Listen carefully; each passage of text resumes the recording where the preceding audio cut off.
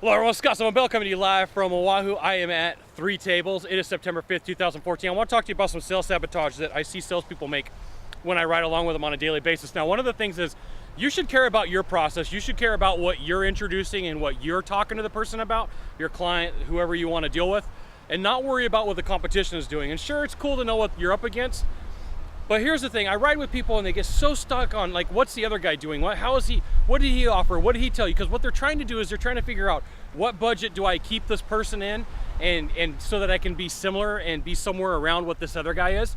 And the mistake in doing that is thinking that that budget is a thing that you have to stick to. Because then what happens is you end up selling against the company based upon their recommendations. And if you're a professional, you have your own set of recommendations. So here's the thing, you gotta take the time and you gotta figure out and you gotta go do your own process. It doesn't matter what they're doing. Who cares what they're doing? If you're good at what you're doing, you're gonna have different recommendations anyway, and your budget that you tell the people or whatever you sell them, for the most part should be more than what the other guy is if you're working for the best. That's just the way that it works.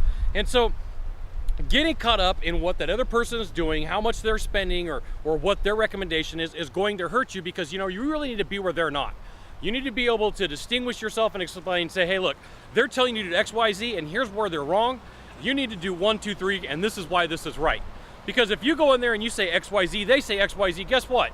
Then it just comes down to this guy's 8,000, that guy's 8,000 or 8,100. It becomes about the money at that point instead of becoming about your job and doing the right and consulting the person. Now, I do understand that there are people who have a budget, but do what you can to be different, even though that you're gonna be somewhere around the same amount if they're stuck on a number, okay?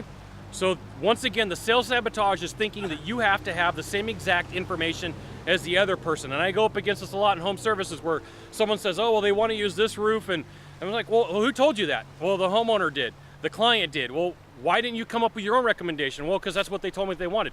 Well, you gotta go through and ask all your questions to make sure that's exactly what it is. Now, if you could do a small favor for me in the box down below, leave a comment or question or story, that'd be fantastic. To the right or the left, there's a subscribe button, you can hit that also, and then there's like the thumbs up sign, which means, hey, Scott, that was really cool. Scott Sylvan Bell, only Scott Bell with Sylvan Bell. We'll see you soon. Thanks for watching. Aloha.